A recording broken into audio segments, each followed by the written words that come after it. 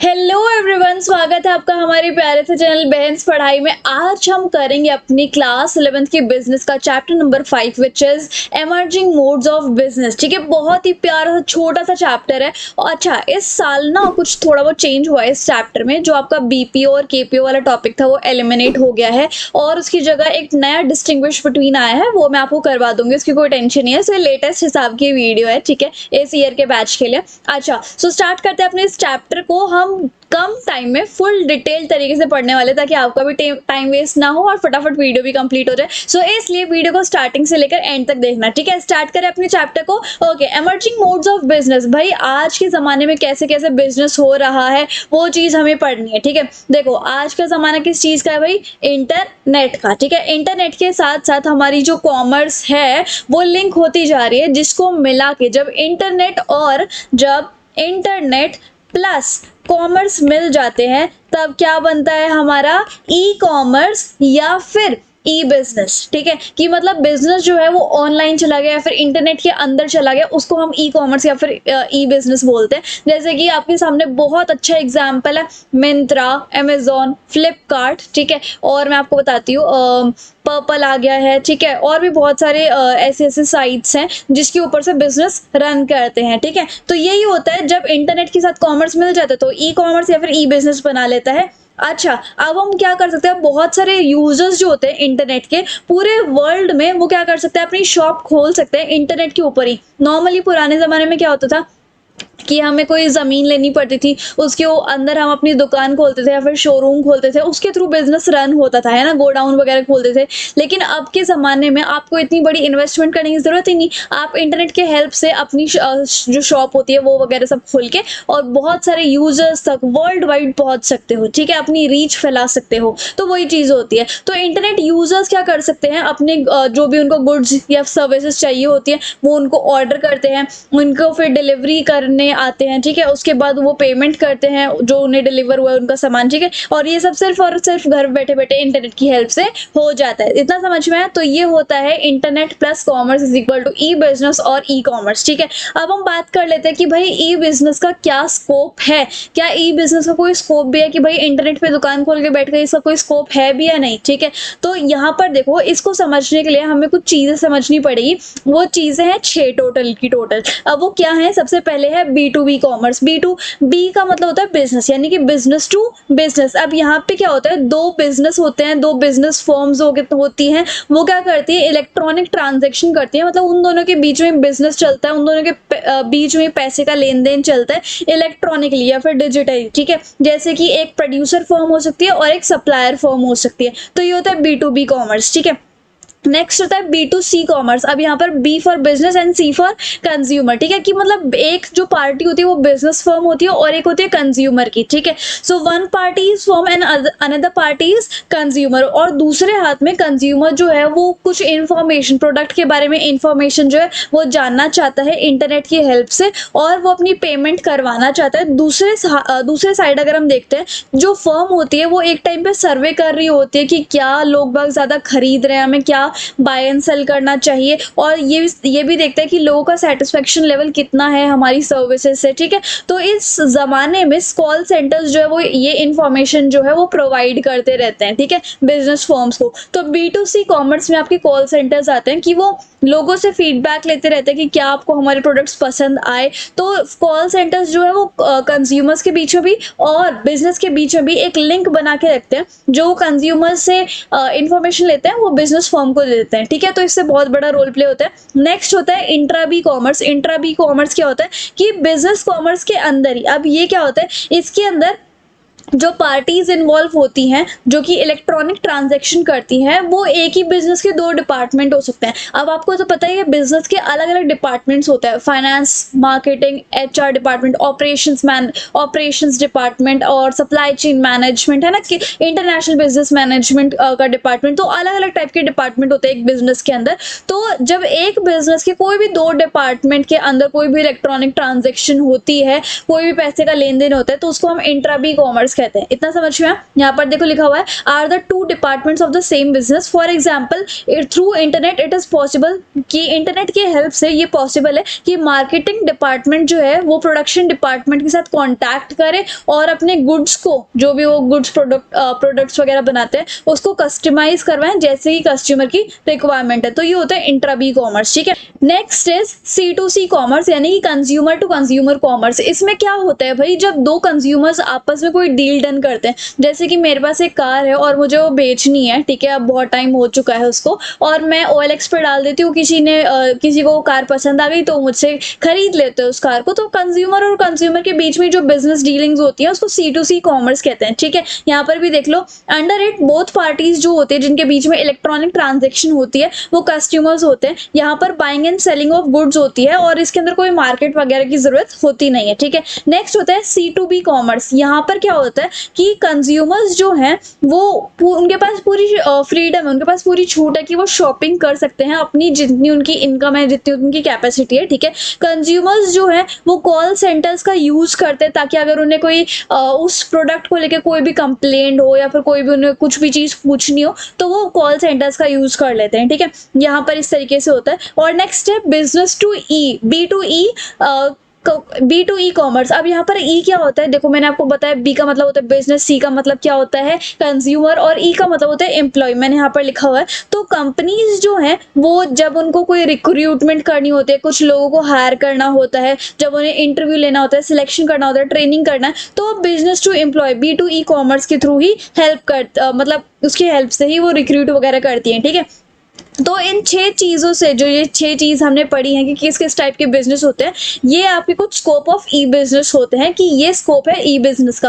मतलब ई बिजनेस की हेल्प से हम इतने सारे काम अपने कर सकते हैं with the help of internet. इतना समझ में आया? तो अब हमारा ई बिजनेस का स्कोप भी खत्म होता है। अब हमें आगे बढ़ना है कि भाई ई बिजनेस का बेनिफिट क्या है। तो बहुत सारे बेनिफिट है, आपको भी पता है। ठीक है, कौन कौन से बेनिफिट है वो देखो। मेजर बेनिफिट्स है वर्ल्ड वाइड रीच, कि आपको तो पता है 9 बिलियन लोग हैं मतलब हमारे धरती पर, और बहुत सारे कंट्रीज में अब इंटरनेट फैलता जा रहा है। पहले ये बात होती थी कि बहुत कम सिटीज तक या टाउन तक इंटरनेट है, लेकिन अब हर जगह इंटरनेट जो है वो फैल रहा है। इंडिया में भी देखो डिजिटल इंडिया बन रहा है, और इंडिया के जितने भी पिछड़े इलाके हैं जहाँ पर बहुत कम फैसिलिटीज है, वहाँ पर भी फैसिलिटीज बढ़ने लग रही है, स्पेशली इंटरनेट की फैसिलिटी। तो जितने ज़्यादा लोग इंटरनेट पे आएंगे, जितने ज़्यादा लोगों को इंटरनेट की फैसिलिटीज के बारे में पता होगा, उतने ज़्यादा लोग इंटरनेट के यूजर्स बढ़ेंगे और उतने ज़्यादा ही आपका बिजनेस बढ़ेगा। तो इंटरनेट की हेल्प से वर्ल्ड वाइड रीच होती है। ठीक है, इंडिया और जितनी भी कंट्रीज हैं हमारे ग्लोब पर, वो सारी की सारी इंटरनेट की हेल्प से हमारे बिजनेस को देखेंगी and our business will grow and grow. ठीक है, सो वर्ल्ड वाइड रीच हमें मिल जाती है, हमारी सेल्स बढ़ जाती है। एलिमिनेशन ऑफ मिडलमैन, इसमें क्या होता है, जैसे कि आपको पता है पूरे बिजनेस की चेन में काफी ज्यादा लोग इन्वॉल्व होते हैं, जैसे कि आपके रिटेलर्स हो गए, होलसेलर्स हो गए, बहुत सारे लोग आते हैं ना। तो यहाँ से जैसे ही ई बिजनेस आया है, वैसे ही होलसेलर्स और रिटेलर्स जो है वो कम होते जा रहे हैं। क्यों? क्योंकि सारे के सारे लोग क्या करते हैं, जिनके पास भी स्टॉक होता है, प्रोडक्ट्स होते हैं, वो अपने इंटरनेट के ऊपर शॉप खोल लेते हैं और अपने वहीं से बेचने लग जाते हैं। डायरेक्ट कॉन्टैक्ट होता है कस्टमर का और प्रोड्यूसर का। ठीक है, तो ये जो होलसेलर्स एंड रिटेलर्स है, ये खुद की भी शॉप खोल लेते हैं। तो ये बीच में होलसेलिंग एंड रिटेलिंग का काम जो है वो बहुत ज़्यादा एलिमिनेट होता जा रहा है। ठीक है, अच्छा, अब यहाँ पर इससे क्या होता है, कंज्यूमर्स को जो है ना वो लेस प्राइस पे गुड मिल जाता है। क्यों? क्योंकि होलसेलर का जो प्रॉफिट होता है और रिटेलर का जो प्रॉफिट होता है वो बीच में ही कैंसिल हो जाता है, क्योंकि ये लोग चले जाते हैं फिर अपने रास्ते से। ठीक है, अब नेक्स्ट क्या होता है, ईजी डिस्ट्रीब्यूशन प्रोसेस, क्योंकि बहुत सारी जो इन्फॉर्मेशन होती है लोगों की वो पहले ही कलेक्ट कर ली जाती है कि भाई आप कहाँ रहते हो, आपका फ़ोन नंबर क्या है, पूरा एड्रेस बताइए, इस तरीके से। तो ई बिजनेस में फटाफट से डिस्ट्रीब्यूशन जो है वो हो जाता है, क्योंकि ऑलरेडी इन्फॉर्मेशन जो है कस्टमर की ले ली जाती है। ठीक है, अच्छा, लोअर इन्वेस्टमेंट रिक्वायर्ड। पहले तो जैसे मैंने आपको बताया कि शोरूम्स, शॉप्स वगैरह आपको लेनी पड़ती थी, या तो रेंट पे या फिर आपकी खुद की होगी। ठीक है, हाई रेंट देना पड़ता था हर महीने, और पता भी नहीं था कि बिजनेस चलेगा नहीं चलेगा तो कैसे रेंट पे होगा, है ना। लेकिन अब इंटरनेट की हेल्प से आप अपनी जो शॉप है वो इंटरनेट पे खोल सकते हो विदाउट एनी इन्वेस्टमेंट। बस आपको कुछ सिस्टम्स की जरूरत होगी, जैसे कि कंप्यूटर सिस्टम और टेलीफोन नेटवर्क और इंटरनेट का सिस्टम चाहिए होता है आपको। तो लोअर इन्वेस्टमेंट इसके अंदर चाहिए होती है। ठीक है, easy to launch new products, जब भी आपको कोई भी मन करता है कि चल यार ये नया प्रोडक्ट मैं डाल सकता हूँ अपनी बिजनेस में, तो आप क्या कर सकते हो, उस प्रोडक्ट की फोटो खिंचवा सकते हो, उसको अपलोड कर सकते हो, उस प्रोडक्ट की डिटेल डाल सकते हो और बस आपका न्यू प्रोडक्ट लॉन्च हो गया। ठीक है, तो ये होता है easy to launch new products के बारे में, और घर बैठे बैठे ये सब हो जाता है। Next is movement towards a paperless society, जैसे कि सारा काम इंटरनेट पे हो जाता है तो पेपर की जरूरत ही नहीं पड़ती। ठीक है, सो इसलिए इंटरनेट की हेल्प से या फिर ई बिजनेस की हेल्प से जो हमारा ये पेपरलेस सोसाइटी है वो ज़्यादा एनकरेज हो रही है, जिससे कि पेड़ भी बहुत ज़्यादा कम कट रहे हैं। ठीक है, अब आते हैं हम कि क्या क्या चीज़ें चाहिए होती है ई बिजनेस को शुरू करने के लिए। तो जैसे कि मैंने आपको बताया, एक तो कंप्यूटर सिस्टम चाहिए आपको, ठीक है, कीबोर्ड, माउस, सीपीयू या फिर एक लैपटॉप वगैरह जो भी है वो आपको चाहिए होता है। कीज प्रेस करनी पड़ती है, बस आपका फिर काम हो जाता है। ठीक है, एक आपको अच्छा सा इंटरनेट कनेक्शन चाहिए, बिना इंटरनेट के तो कुछ है ही नहीं। ठीक है, तो इंटरनेट कनेक्शन भी चाहिए होता है। नेक्स्ट आपको अपनी एक वेबसाइट खोलनी है या फिर वेब पेज खोलना है। और अगला क्या चाहिए होता है आपको, इलेक्ट्रॉनिक जो ये टेलीकम्युनिकेशन सिस्टम होता है ना, ये जो फोन वगैरह पे बात होती है, जैसे कि कॉल सेंटर्स आपने देखे होंगे, तो वो एक इफेक्टिव टेलीकम्युनिकेशन सिस्टम चाहिए जिससे आप कम्युनिकेट कर पाओ अलग अलग जनों से। ठीक है, तो ये कुछ 4 चीजें हैं जो कि आपको चाहिए ही चाहिए होती है एक ई बिजनेस को स्टार्ट करने के लिए। ठीक है, तो ये चीज हो गई। अब हम बात कर लेते हैं ऑनलाइन ट्रांजैक्शंस क्या होती है। ऑनलाइन ट्रांजैक्शंस मतलब कि जैसे कि बहुत सारी गुड्स के बारे में इंफॉर्मेशन लेना, ठीक है, उसको प्लेस ऑर्डर करना, उसकी डिलीवरी को पाना, और फिर ऑनलाइन ट्रांजैक्शन में क्या होता है कि आप ऑनलाइन ही पेमेंट कर दो जो चीज आपने ऑर्डर करी है। ठीक है, with the help of internet. और इसमें आप क्या कर सकते हो, अंडर द सिस्टम जो सेल परचेज होता है हर चीज का, इंफॉर्मेशन का और सर्विस का, मतलब ऑनलाइन ट्रांजैक्शन में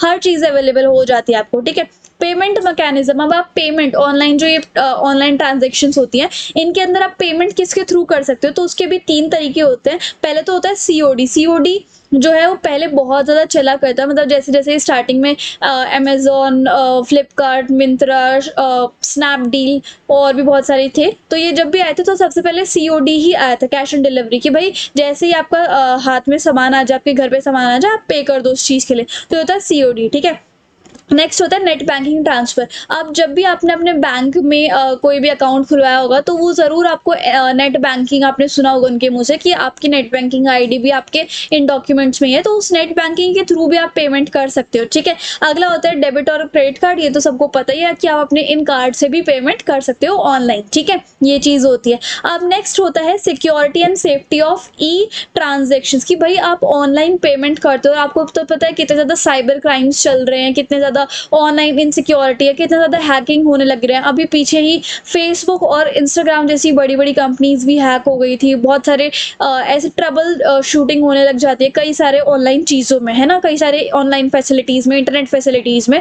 तो यहाँ पर भी अब आप इतनी बड़ी चीज़, आपका बैंक अकाउंट भी लिंक होता है, आपके ऑनलाइन ट्रांजेक्शंस कितने ज़्यादा होते हैं डेली डेली के, तो हमें थोड़ी बहुत सेफ्टी एंड सिक्योरिटी तो अपनानी पड़ेगी। तो कैसे कैसे हम अपना सकते हैं वो चीज़ देखते हैं हम। ठीक है, सो यहाँ पर एक तो जब भी मतलब जैसे कि आपको कोई किसी भी इंसान को डिलीवर करने हैं गुड्स, ठीक है, तो उससे पहले आप अच्छे से उसकी डिटेल्स कंफर्म कर लो कि उसके क्रेडिट कार्ड का नंबर क्या है, कार्ड का इशूवर कौन सा है, कार्ड की वैलिडिटी क्या है। तो ये सारी डिटेल्स को पहले आप देखो, अच्छे से देखो कि सब कुछ ठीक है, उसके बाद ही आप डिलीवर करो गुड्स को। ठीक है, उसके बाद देखो एंटीवायरस प्रोग्राम्स जो है वो आपको बार बार अपडेट करते रहना चाहिए। ठीक है, और उसके बाद इंस्टॉल भी करते रहना चाहिए ताकि आपकी जितनी भी डाटा फाइल्स है, फोल्डर्स है, सिस्टम्स है, वो सारे के सारे बार बार चेक होते रहे और वायरस जो है वो ना आए। ठीक है, नेक्स्ट होता है साइबर क्राइम सेल्स। जो गवर्नमेंट है उन्होंने बहुत सारे ऐसे ऐसे स्पेशल क्राइम सेल्स लगाए हुए हैं जिससे कि अगर कोई भी केस आता है हैकिंग का तो पूरा पूरा अच्छे से सॉल्व करने की कोशिश करते हैं और उन हैकर्स के खिलाफ अच्छे से एक्शन भी लिया जाता है।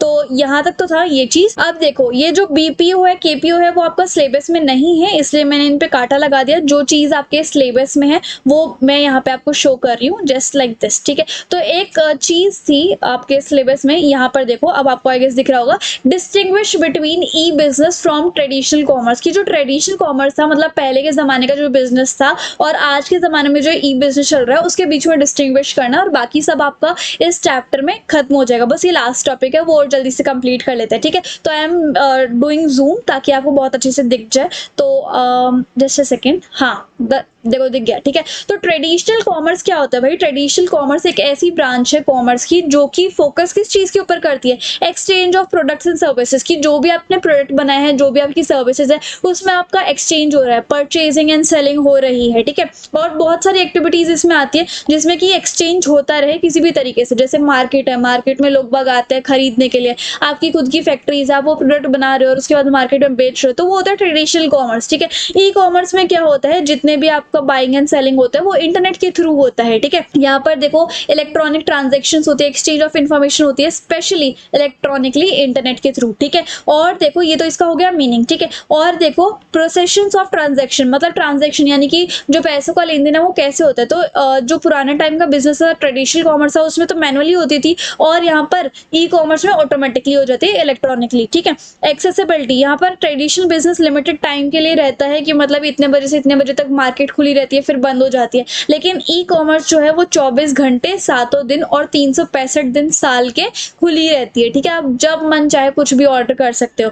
अब देखो फिजिकल इंस्पेक्शन, गुड्स जो है वो हम खरीदने से पहले ही वहाँ पे देखभाल कर सकते हैं मार्केट में, लेकिन यहाँ पर हम ऑनलाइन किसी भी गुड को अच्छे से चेक नहीं कर सकते, ठीक है। और कस्टमर इंटरैक्शन, यहाँ पर कस्टमर जो है वो दुकानदार के साथ फेस टू फेस जो इंटरैक्ट करता है, लेकिन यहाँ पर जो आपका बिजनेस वाला एरिया है, जो ई बिजनेस है आपका, वहाँ पर या तो स्क्रीन होती है और एक जगह आपका फेस होता है, तब इंटरेक्शन होता है, ठीक है।